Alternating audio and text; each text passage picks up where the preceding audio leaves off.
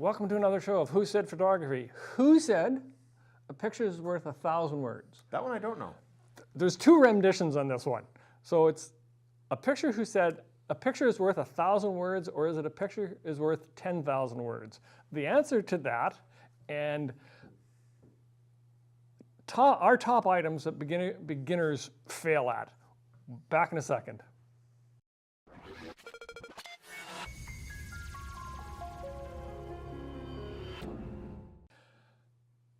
Okay, so it's interesting.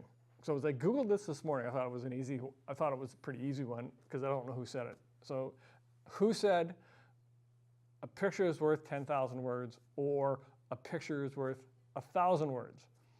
Two guys have taken the rights on this one. Napoleon. Out of all the people? Of all the people. So it's Napoleon actually said a sketch is worth 10,000 words. So they've accredited him with the actual saying, but apparently his original saying was a sketch is worth 1,000 words. And the other person that I've got, because I Googled it, was Fred R. Bernard. So those are two different things. So Google that one and figure that one out. But today's topic is going to be top items beginners fail at. I've been selling cameras for about 3 years. I've been shooting for about 11. One of the things that really kills me, and you can tell immediately whether the person is a beginner or a rookie or a newbie, as we call it in the new world, and that is how to hold a camera. You can tell me you don't grab it and hold it with two hands like that? Go ahead, Clinton. Demonstrate how to hold a camera. I've seen, it's really interesting because everybody will grab a camera and they'll hold it this way. But what gives it away is somebody holds and puts their hand right around the top. Yeah. Holds around the top. So basically, to hold a camera, it fits in the palm of your hand. I hold it this way, through the string, and then I can easily manipulate and move the lens. And I think we all hold the camera the same way.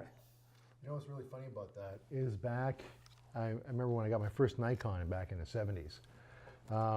The manual had a little bit of information on how to work the camera. It was a very basic camera, manual exposure only, mechanical shutter. But the rest of it was actually on photography, how to do it. And one of the things they showed you was how to hold the camera. Really? Yeah, which is really interesting nowadays because when you buy a camera, it's got all this information on how to work the thing. It doesn't tell you anything about how to make an exposure or actually hold the camera. I mean, I learned ways to hold the camera. The human tripod I do, where I lean my back against the wall with my legs out, holding the camera in tight. Actually, I got that from Nikon camera manual back in the 70s. Yeah. Isn't that interesting? An amazing book. I read a story about a photographer who shot back in the 70s and into the 80s. He shot with Olympus. And he learned everything about photography from the manual. It's bizarre nowadays. It's interesting. How the world changed. Well, yeah, I guess so. Isn't that, again, you're right. I've read manuals, and I don't think I've ever seen in there how to hold the camera. Yeah, they showed you how to brace it against a pole or a fence or stuff like that for long exposures. Well, that's exactly it. So we can expand on this one as how to hold a camera, but again, how to brace it, how to steady the camera, how to tuck your elbows in, how to hold the camera with your elbows in if you haven't got, because the next one I've got is to use a tripod, because a lot of us, a lot of beginners when they start out, they don't buy a tripod to go with it. They should. No. Actually, that's a common thing you hear all the time. When you mention that to somebody when they're buying a camera, get a tripod, they go like, well, you know, it doesn't really suit my style of photography, which I understand. I mean, there's a lot of situations where you're going to have to hand hold, but really, if you're asking that question, how do I improve my photography? Usually the best answer is a tripod, right? Depending on the subject matter, but you know, one of the guys I follow on YouTube, Ben Horn, who is a landscape photographer, he shoots with 8x10" cameras. He has to use a tripod. He has no choice. No, and I understand that. The perfect, 8x10 camera. Who's carrying around the 8x10 camera in the woods? Come on. You'd like to. No. Well, you know what? If I could get one made out of carbon fiber or something, nice and light. I'm tired of carrying heavy gear around. That's why Lars went to that small little puppy over there, the 4/3, and I got it. understand that. I understand that's why I went to the Sony. It was a lot cheaper. One of the other things I think we fail to do as beginning photographers is actually keep a diary. I think keeping a diary of a list of the shots you've done, and I don't really mean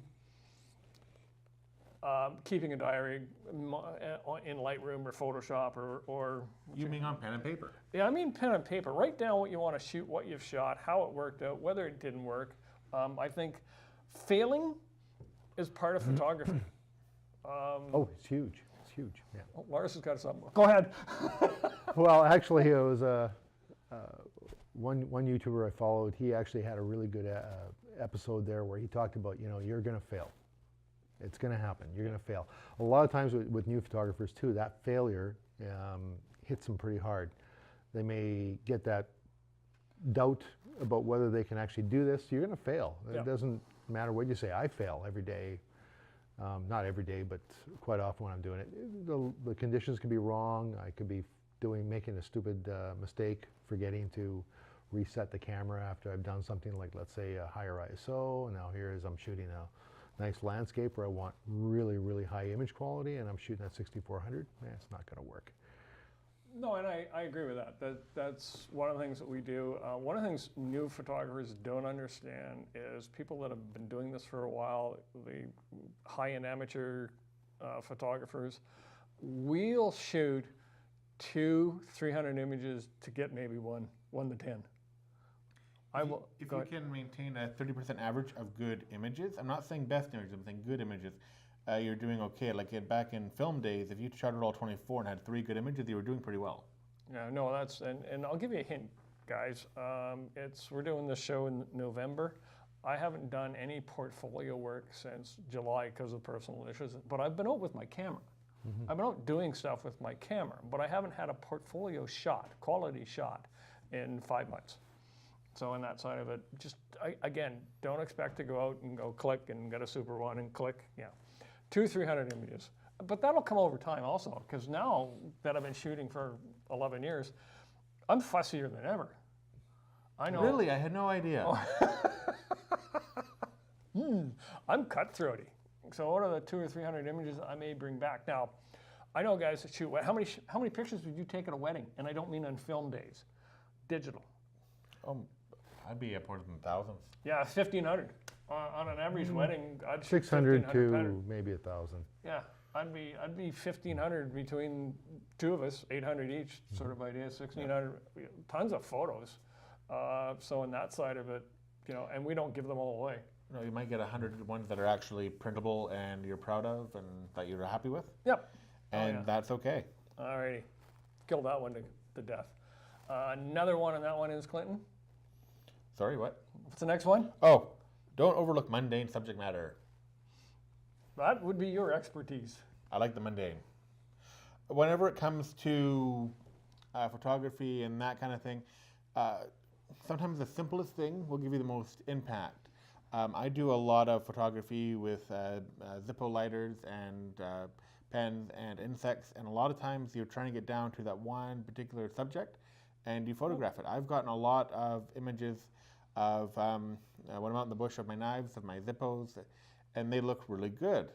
And I've actually had people try and copy my images to try and give that same effect with other things. It's actually kind of flattering and scary at the same time. Yeah, which is kind of good. And I don't mean to call Lars's picture mundane, but he's got a wonderful image of just a couple of rocks on the water. Which actually, it's a it's a simple subject. Well, it was actually one of those images where it was a place that everyone goes to. It was actually the boat launch ramp at Point Holmes. And, at certain times of the year, the tide comes in and it's with the lighting conditions early in the morning, that early morning light where you get that beautiful light. Those rocks were bathed in sunshine. But the ramp was actually underwater, and it just was a very pretty shot. I've only made that shot a couple times because I never could nail the time. Last time I did it, which was about a year ago, I think it was, I just happened to be down there shooting in a different direction, and I got, this isn't working. I turned and looked towards the rocks and went like, oh. You know, it's just one of those little epiphanies, right? Yeah. But yeah, sometimes it can be just the ordinary. The landscape that everyone sees every day, and you just happen to be there at the right time, the right moment, Yeah, and so you see something that no one else sees. that's actually something I'm working on now is park benches. I like to take pictures of park benches. It's kind of like one of those things where you just walk around and try to make a picture of a mundane subject. I snapped a picture of my watch one day sitting on my desk. The light coming through the window was just like perfect. It's like, you know, always be looking for those simple objects. We call it mundane, but the simple subjects, the simple objects. You don't need a lot to make a picture great. And I've gotten a lot of great images just by looking over at something going, hey, I like that. Grab my camera and taking a picture of it. I was a guest at a wedding about 3 years ago, and the bride put her bouquet on a windowsill, and it just so happened that you had the ocean in the background, the light was just right. I took my iPhone, I went click, and she actually wanted the photo off of me. And it actually turned out to be a really nice, simple, elegant image. iPhone, when did you own an iPhone? iPhone 4S about 5 years ago now. Oh, iPhone, yeah, okay. So there we go. Don't look over simple subjects. The next item on our list is composition, but I don't want to dig this one too deep because it could be really, really bad. But we'll give it a go, Clinton.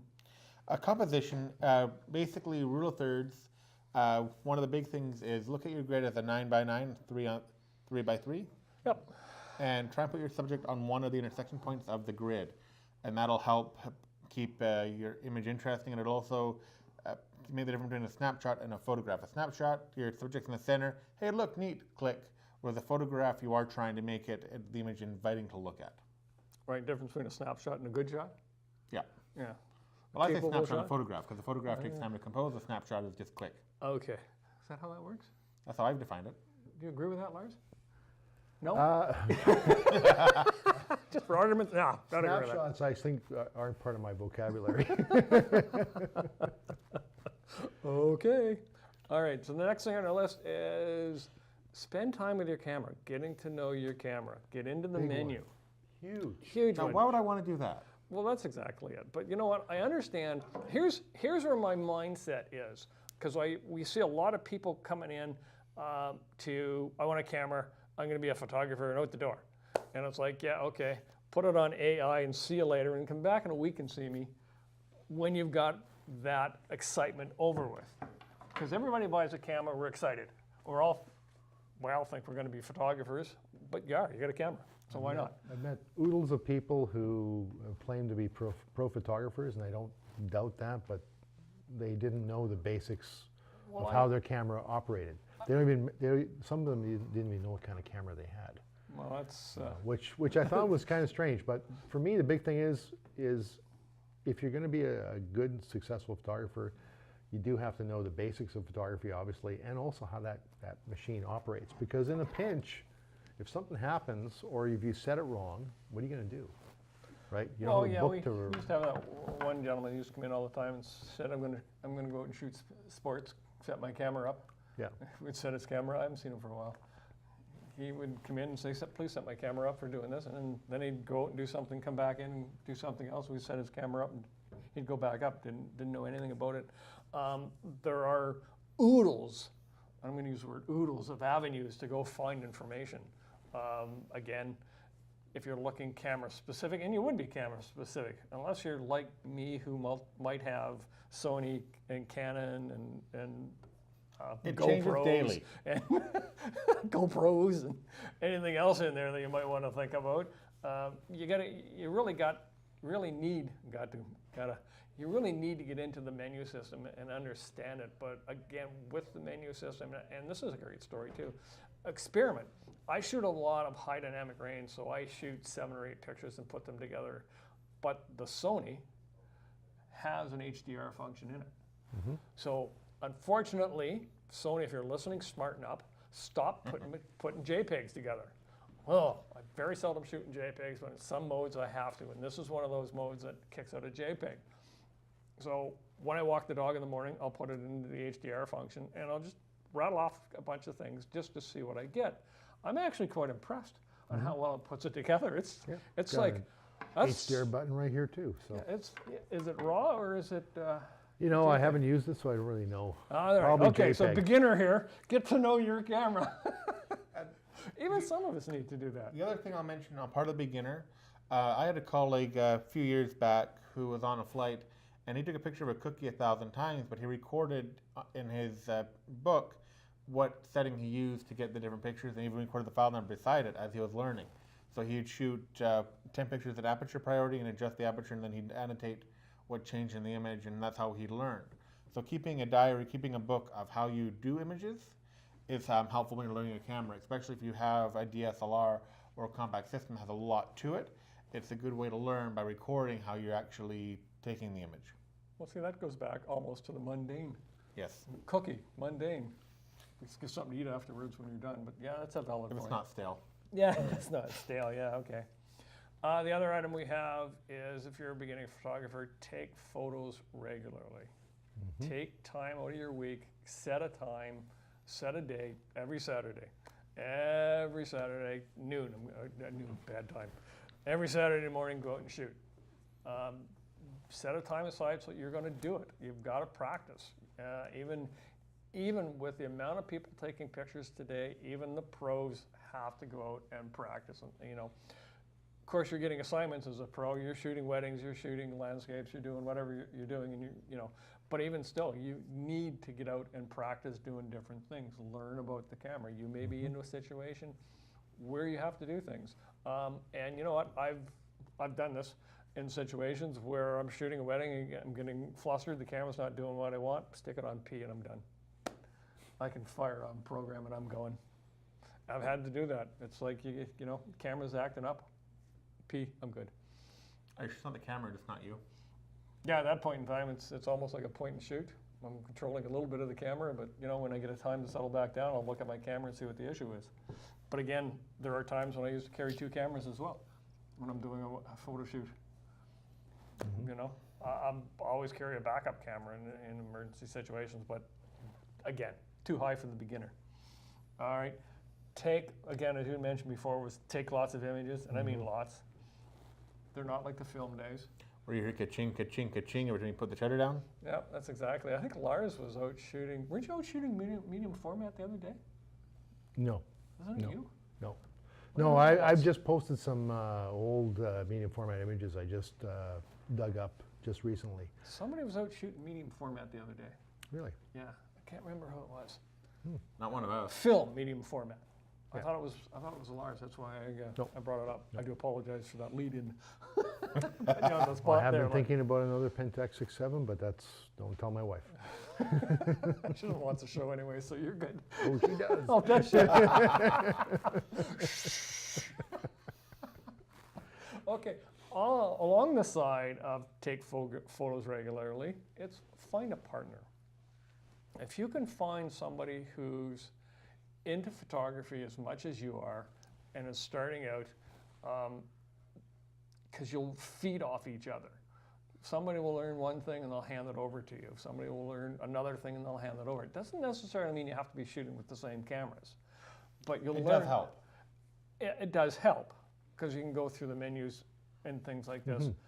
But you know what? A lot of times where you're setting your aperture setting on a Canon or a Nikon and your crop sensor, they're basically all the same. So if, you know, there are little nuances, but you can figure that out pretty easy. Like if I'm correct, because when I shot Canon, somebody shot Nikon, 200 was the lowest ISO without going into the firmware. My Canon was 100.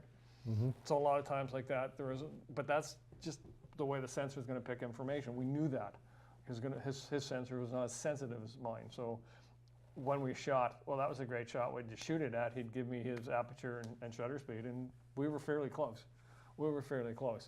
But you push each other, and that's a big thing. 2 things. You're going to push each other because neither one of you want to let the other person down because it's like, well, I'm busy this Saturday. It's like, no, we have a date. Saturday morning, 6 o'clock, we get in the car and we're out to Myra Falls. We have a date. You do that every week. Not Myra Falls every week, but pick another location. Well, I feed off other people. It's you know. And the other thing is too, if you join a photo group, there are a few weird ones in town. I know there's a couple down in Comox. There's a big one out in Nanaimo, and they're always posting tips. And the thing is too, if you don't have someone to go with, if you post, hey, I want to go out shooting, you'll have 2 or 3 responses by the end of the day, and you guys can arrange a date. I got about 4 or 5 associates I shoot with regularly, and it's nice because we all, even at the same subject, we all get different pictures. And it's nice to see that. It gives you a different perspective, and you can go, hey, I like that, and then you can work together to get that same shot. Or they'll go, why is this not working? And you can help each other out. And it's actually a really good way to learn, is even if you're both beginners, each of you have a different interest, a different way of shooting, and you can learn what works for each of you and trade tips. Oh, certainly. Certainly. I totally agree with that one. We've already talked about chimping in the last one, good or bad. I use it. Lars uses it Occasionally. occasionally. Lars uses it all the time. He's not telling you the truth. Misfocus. Big one. That's a big one. Yeah. So, but the question is, when I wrote this one down, it's like, how do they miss a focus? So I'm going to put these two together, misfocus and what we call a shaky frame. One of the worst things I've seen is, and Lars will contest to this, is people shooting with large telephotos, 200 millimeters, 400 millimeters, 600 millimeters, and not understanding that your shutter speed has to be able to at least match. Even though we have IS and we have image stabilization and what's a Nikon one, vibration reduction and things like this, even though there is a minimum that you should be doing. I stick by these rules and I totally believe it. So if I'm shooting at a 200 millimeter, my shutter speed has to be at least 200. If I'm shooting with a 400 millimeter, my shutter speed has to be at least 400 millimeters or 400. So I believe in these things, even though I'm shooting an APS-C or a 4/3 or my full frame. That's where my goal is to make sure, and that's the first thing I'm going to check when I put on a telephoto, is my shutter speed. Argument? None. One thing I would add on to that too, I mean, that's a good guideline, trying to match your shutter speed to your ISO. I would say make it higher is always the best thing. There was a school in California that taught photography, I think it was Berkeley or someplace like that, where they did an experiment. This was way back in the, I believe it was the 70s. And they had students that were shooting with Hasselblads, and they were asked by the instructor to shoot an image handheld and then one on a tripod, same shutter speed, like 1/25th of a second, 1/250th. Processed the film, they looked at it under a microscope, not a loop, a microscope, and they found that all the handheld shots actually had exhibited camera shake, even though they were at a higher shutter speed, like 1/125th of a second or 1/250th. Oh, really? So a big one there is, you know, shoot with a higher shutter speed, especially those telephoto shots. Yeah, you can always use a tripod. Yeah. You can always use a tripod. There's no reason why you can't. Again, number 2, use a tripod. Oh, yeah. And it'll help with these 2 points, camera shake and even misfocus. Misfocus. It's totally going to help with those Camera two. shake's a big one. I see it all the time. Yeah, Right. no, it's, yeah, and that's why I threw it back on the list. It's one of those things. But what happens when you add a doubler? Double your problem. You lose 2 stops of light. Well, that's, yeah. You gain 2 times the focal length, but you lose 2 stops. We're stops getting the of high sign here, guys. Way back to the control tower. Yeah, I've got 30 seconds left, according to there. Okay, 2 things. I'll let Clinton go with these ones because it's composition. He hates composition. The awkward pose, And which is? making sure you don't cut off a limb, a head, top of a head, or any other body extremity. Yeah, And but expand on that one. So where do you want to cut it off? You don't want to cut it off at the joint. no, you want to, if you're going to cut it off halfway through the arm, or preferably something that's not going to take away from your image. I personally would rather leave an image or a person intact versus losing, like even looking at the hand, no hand, and you can even see on the screen here, I'm not quite focused, and you can see that'll actually affect how I look Just based on the lower image. well, see, there. Go back to that camera. Because that was a good point. So if you lower your hands down, look how Cut much. off at the joint. Right. But if I go down a little bit lower, it's not as awkward looking. Correct. There you go. Shown on TV. How much more can you that one? And the other thing, always check your background, make sure you don't make aliens. That means twigs coming out of trees, that means someone doing this. Well, yeah, anything- trees coming out of the back of your head or telephone poles, check your background. It's very important to check your background. growing additional limbs. Yeah. You agree with those, Lars? Mm-hmm. You're just sitting over there being quiet. So. I am. I'm listening to you guys. Anyways, that was a little bit of a run on. Those are like 15 pretty good points from issues that beginners make. So if you can kind of think about those things before you take your next shot, that's what I would do. I got to go. I'm getting the sign to wrap it up. Once again, thank you guys for being on the show. Thank you. Thank you. Thanks to Cumberland Crate Company for supplying the crates, and we'll see you on next Thank time. you to Shaw.